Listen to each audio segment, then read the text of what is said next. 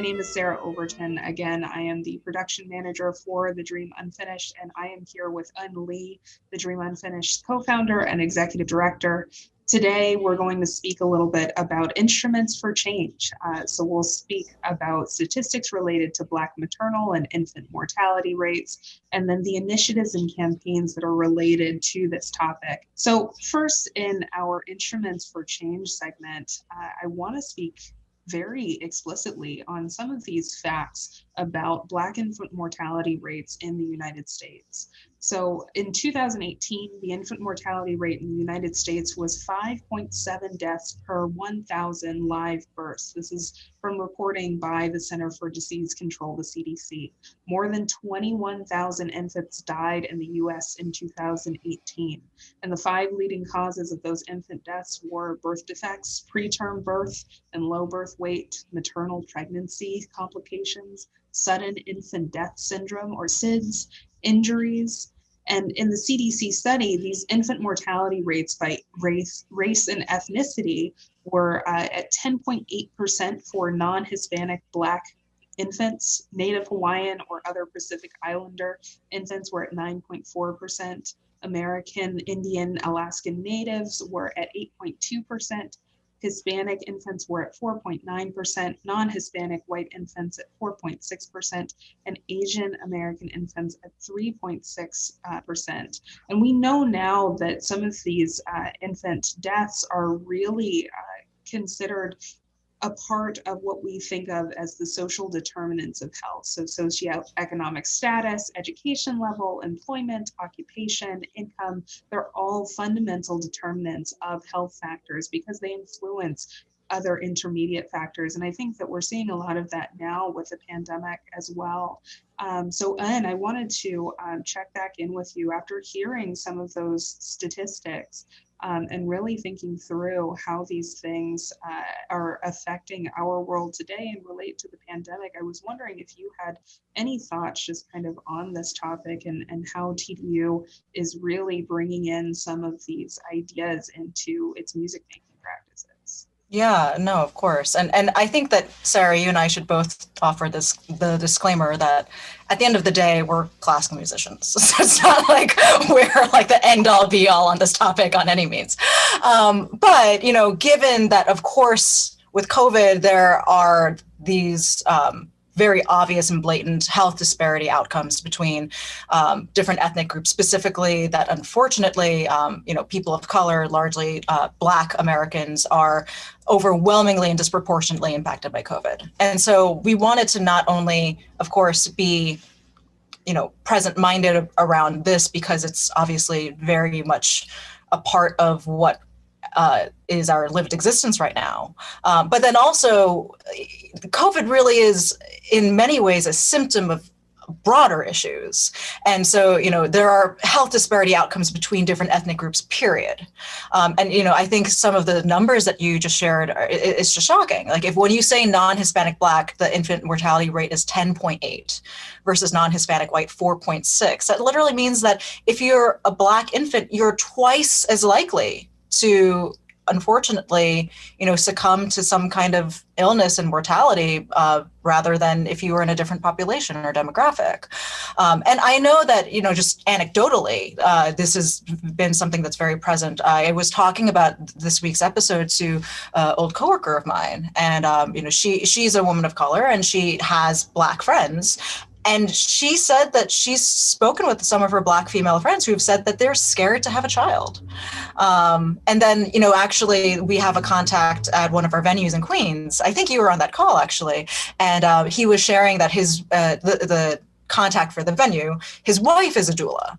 And she's observed so much that, there is this unfortunate and strange and pervasive and persistent stereotype that Black women can withstand pain at a higher tolerance than other ethnic groups. And with that means that often, there have been these very clear sort of symptoms that indicate that, there needs to be some kind of further treatment or care, but that's often been neglected. So unfortunately, I think the numbers bear out when we have been in these sort of informal conversations around this topic. Yeah, absolutely. And I think you bring up a really interesting point about Black motherhood and just the maternal mortality rate for Black women, especially. I think the percentage is 30 point or 37.1 per 100,000 live births, compared with 14.7 for white women. And it's very interesting that you bring up the story of a doula. My mother is a NICU nurse. She works in the neonatal intensive care unit, and this is something that she sees a lot, unfortunately. And it is something that I've heard my whole life of these stories of how to, if in the event you are to get pregnant, or you are to have a child, how to kind of speak to a doctor in a way that really conveys if you are in pain, or if you're having these complications. There's an extra step there. I think for a lot of Black women who are undergoing, this step into motherhood. So yeah, I definitely agree with that. And I know that we've got a few really great organizations in New York City that we consider instruments for change. When we talk about how we can kind of mitigate, some of these horrific statistics. Can you speak a little bit about some of those? Yeah, I can definitely jump to those. And for our live Zoom audience, if you don't mind, Sarah, giving me the screen sharing, so then I can pop over and even share some of those websites. So yeah, I mean, of course, I think it's really important for us two non-experts to talk about these, statistics. But then also one of the things that I think is kind of a hallmark of the Dream Unfinished is we try to point people towards resources for how there are different campaigns or initiatives that either they can support or maybe even volunteer and become a part of, or at least certainly be aware of. So we have some New York City-based ones and then also some national initiatives. But let's start with the New York City ones. I'm going to go ahead and share my screen. But first, I'm going to get to the right thing.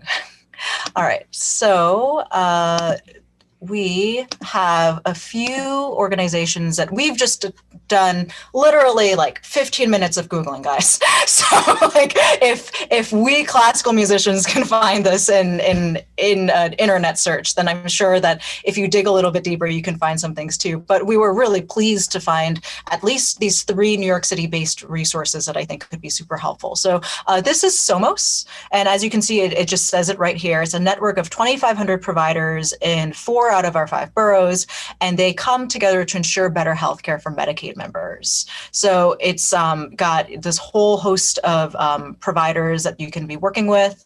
There are also, different informational channels that they're sharing as far as different resources for families.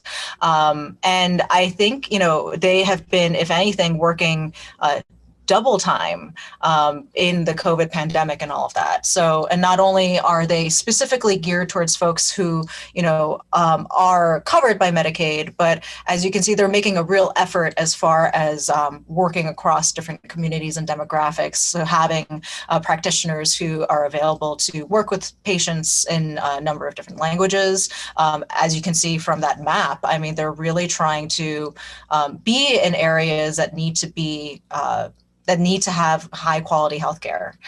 So Somos is a great organization, and I hope that folks can be aware of this as a resource for those who do fall under Medicaid. Another group that we found, I think this is the right one. Nope. Is, yes, this one. So this one I believe is based in Queens, although they just started a branch in Brooklyn, so Strong Children Wellness. And it's specifically around pediatric care. So Somos, I think, is more like general family care practitioners, but this is around, young children and young families that are just growing. And they have options for scheduling video and office visits. And obviously that kind of flexibility is really important and practical right now. And there's just a way for folks to be able to have really real and like access to medical professionals and guidance and advice in real time. So the fact that this exists in Queens and now Brooklyn, and then of course, as you can see, the providers and the practitioners are they reflect the demographics that they're trying to serve. So I think that we're really pleased that there's organizations like this and hope that there are more. And then the last New York City-based resource that we wanted to share. So the Queens Library had this amazing, I think it was like a 24-hour virtual summit on Black health and healing. Incredible. Yeah. And so, I mean, we actually spoke with the folks at the Queens Library who were the organizers shortly after it had happened. And they looked as exhausted as you might imagine, but doing incredible work. And so even though this, as you can see, the dates had already elapsed, it happened a month ago. But if you, I believe if you have a Queens Library card, then you, and maybe not even, we should double check on that when we upload this link, Sarah. But you can still view the replays. And so, as you can see, I have been able to log in, and all of the talks that were a part of the summit are here for you to view. And there were 3 that were specific to, Black infants and Black mothers. So there was a pediatrician, Dr. Elders, who talked about raising Black children. There was also, and as you can see, as I'm scrolling, there's a ton of different topics here. I mean, today's episode is just around Black mothers and Black infants, but by all means, definitely check this out as a resource for just, healthcare in general. There was also Black breastfeeding, which I thought had a really interesting statistic that I'll be sharing in a little bit, and then also around postpartum. And just to give you a sense of how interesting, and informative that was, like one of the facts that they shared, apparently, Black people have lower breastfeeding rates than other ethnicities in the US. And this really is a kind of public health issue. And in that session that they had in the summit, they also offered specific sort of tips and guidance on how to support breastfeeding or chest feeding mothers. So, if you have a Queens Library card, if you don't, maybe we could help you with a hookup. This is definitely a great resource for people to be checking out. So that's on the New York City side. And then we did just want to share 2 more that are national. Let me go back and get this screen share going. The first, so as everyone knows, we are a 501c3, so we can't actually tell you like how to vote or what to do with your legislator or anything like that, nor will we.